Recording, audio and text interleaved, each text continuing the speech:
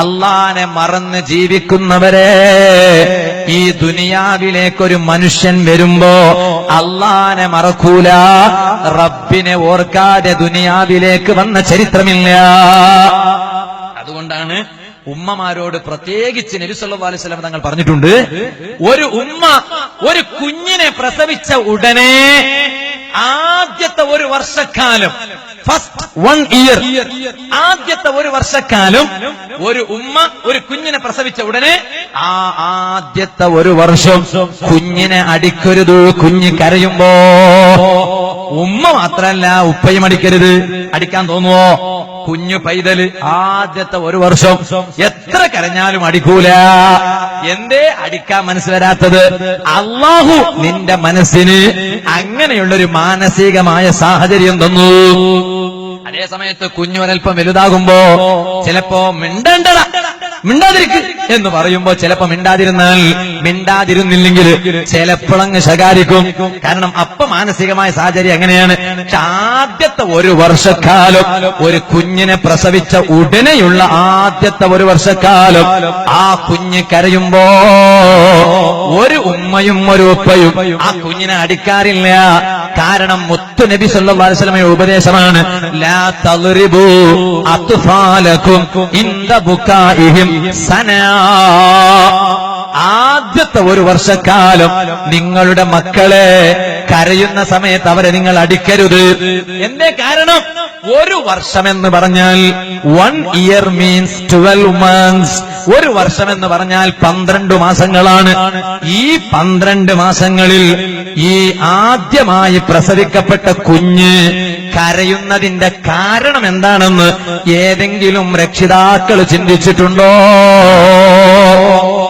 ചിലപ്പോ ഉമ്മമാർക്ക് സാമാന്യമായ ഒരു കമന്റ് ഉണ്ട്, കുഞ്ഞി കരയുമ്പോ മുലപ്പാൽ കൊടുക്കാനാണ് അല്ലെ? സാധാരണഗതിയിൽ അങ്ങനെയല്ലേ ചിന്തിക്കുക. വിശക്കുകയാണ്, ദാഹിക്കുകയാണ്, അപ്പൊ മുലപ്പാൽ വേണ്ടി വരും, അതുകൊണ്ടാ കരയുന്നത്. അല്ല ഉമ്മമാരെ, അതുമാത്രമല്ല, ചിലപ്പോ കൂട്ടത്തിൽ അതൊന്നുണ്ടാകാം. പക്ഷേ ഒരു വർഷക്കാലം, ആദ്യത്തെ ഒരു വർഷക്കാലം ഈ കുഞ്ഞ് കരയാനുള്ള കാരണം മുത്ത് നബി സല്ലല്ലാഹു അലൈഹി വസല്ലം പഠിപ്പിക്കുകയാണ്. ഒരു വർഷം എന്ന് പറഞ്ഞാൽ 12 മാസങ്ങളാണ്. ആ 12 മാസങ്ങളുടെ കൂട്ടത്തിൽ ആദ്യത്തെ 4 മാസം 4 അശ്ഹുരിൻ, ആദ്യത്തെ 4 മാസം കുഞ്ഞ് കരയുന്നതിന്റെ അർത്ഥം എന്താണെന്നറിയോ? ലാ ഇലാഹ ഇല്ലല്ലാഹ്. ആ കുഞ്ഞ് അള്ളാഹ്ക്ക് ചെല്ലുന്ന ദിക്റാണ് ലാ ഇലാഹ ഇല്ലല്ലാഹ്. ഞങ്ങളൊക്കെ ലാ ഇലാഹ ഇല്ലല്ലാഹ് പറയാറില്ലേ?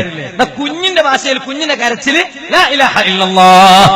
അതുകൊണ്ട് രക്ഷിതാക്കളെ, ആദ്യത്തെ 4 മാസങ്ങളിൽ കുഞ്ഞ് കരയുമ്പോ നിങ്ങളെങ്കാലും അടിച്ചാൽ ലാ ഇലാഹ ഇല്ലല്ലാഹ് എന്ന ദിക്ർ ചൊല്ലിയത് കൊണ്ട് നിങ്ങൾ അടിച്ചു എന്ന് വരും. അതുകൊണ്ട് അടിക്കല്ല. ഇനി രണ്ടാമത്തെ 4 മാസം, ആ രണ്ടാമത്തെ 4 മാസങ്ങളിൽ കുഞ്ഞ് കരയുന്നതിന്റെ അർത്ഥം എന്താണ്? അസ്സലാത്തു അലൻ നബി സല്ലല്ലാഹു അലൈഹി വസല്ലം. നബി സല്ലല്ലാഹു അലൈഹി വസല്ലമ തങ്ങളുടെ മേൽ സ്വലാത്ത് ചൊല്ലലാണ്. അപ്പൊ രണ്ടാമത്തെ 4 മാസങ്ങളിൽ ഒരു കുഞ്ഞ് കരയുന്നതിന്റെ അർത്ഥം എന്താണ്? ആ 4 മാസങ്ങളിൽ നബി സല്ലല്ലാഹു അലൈഹി വസല്ലമ തങ്ങളുടെ മേൽ സ്വലാത്ത് ചൊല്ലുന്നു എന്നതാണ്. അപ്പൊ ഒരു കുഞ്ഞ് രണ്ടാമത്തെ 4 മാസങ്ങളിൽ കരയുമ്പോ ആ കുഞ്ഞ് സ്വലാത്ത് ചൊല്ലുന്ന സമയത്ത് കരയുന്ന നേരത്ത് അടിച്ചാൽ സ്വലാത്ത് ചൊല്ലിയതുകൊണ്ട് കുഞ്ഞിനെ അടിച്ചു എന്ന് വരും. അതുകൊണ്ട് രണ്ടാമത്തെ 4 മാസങ്ങളിൽ അടിക്കല്ലേ.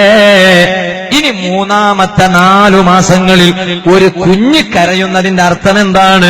അദ്ദുആഉ ലിവാലിദൈഹി. ഉമ്മാക്ക് വേണ്ടിയും ഉപ്പാക്ക് വേണ്ടിയും ഒരു കുഞ്ഞ് കണ്ണീരിറ്റിച്ച് പ്രാർത്ഥിക്കുന്ന പ്രാർത്ഥനയാണത്.